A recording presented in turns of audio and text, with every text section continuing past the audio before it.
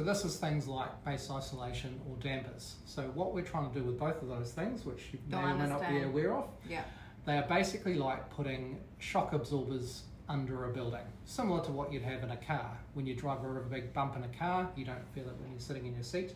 It's resisted by your shock absorbers, and that's what base isolation and dampers are trying to do as well. This is all very exciting stuff, but how is it relating to us?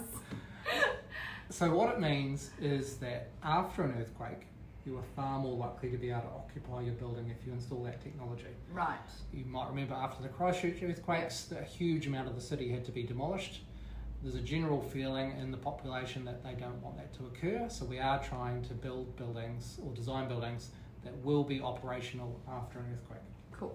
So that's very helpful and boring, Andrew.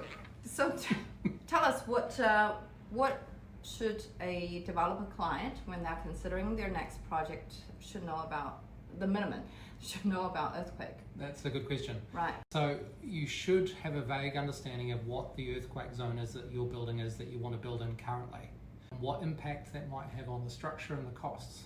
But you should also be starting to talk to your engineers about what the new changes might affect and how it would affect the cost of the structure. The other really major one is to know about the ground. So in an earthquake, sometimes the ground liquefies, it turns to liquid. So if you have that in the ground of a site you're purchasing, your building will end up much more expensive to build. So you need to be careful and look out for liquefiable sites. So that should be done by the geotech engineer. Yeah. Right. And during the pre-purchase phase. Okay. And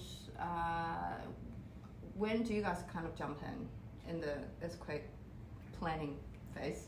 So we wouldn't normally get involved too heavily in pre-purchase. Sometimes if you've got a very large development, would give you some ideas about what type of structure and costs might be involved.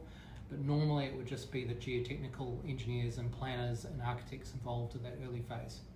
Structural engineers tend to mainly get involved after resource consent as you're starting to figure out exactly how you make your building stand up. Cool. Build it. All right, so that's it for earthquake resilience, guys. I promise if you end up, this is the first episode that you watched this program, I promise other videos are not all like this. All right, I'll see you another time. Thank you, Andrew.